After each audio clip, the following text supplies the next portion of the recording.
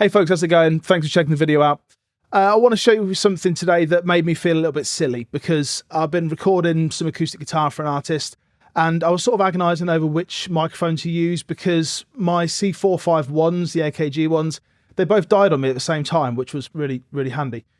So I was setting up some of the mics and thinking, well, I don't know if that one will work. I don't know if that's any good. And I set up 3 mics, large diaphragm, so U87, an old one, and an SM57, so dynamic, and then a Rode NT5, kind of not as old as U87, but not really a young mic.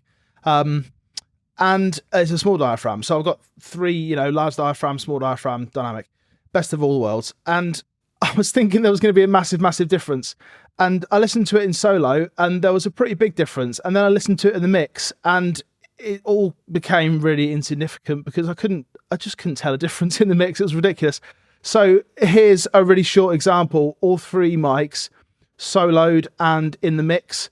You can definitely tell the difference when they're soloed, least of all because they're pointing at completely different parts of the guitar because you just can't get them all so they're pointing at the same bit. It just doesn't work like that with mics because the physical size.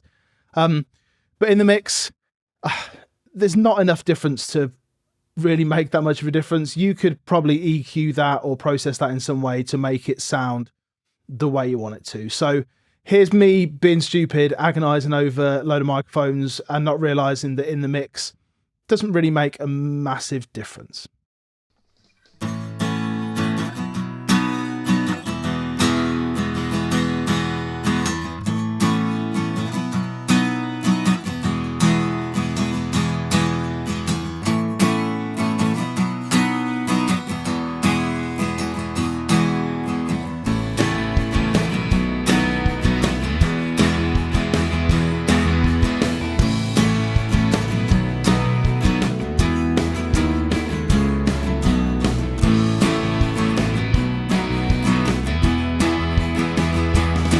Did you think there was a massive difference?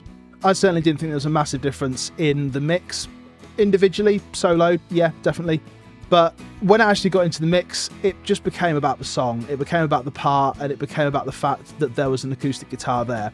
Not necessarily which microphone, a vintage large diaphragm condenser or a beat up SM57. It didn't really matter, and that made me think. And hopefully it will give you a little bit of food for thought as well when you're choosing your mic for your next acoustic guitar recording. I'll see you again soon. Take care.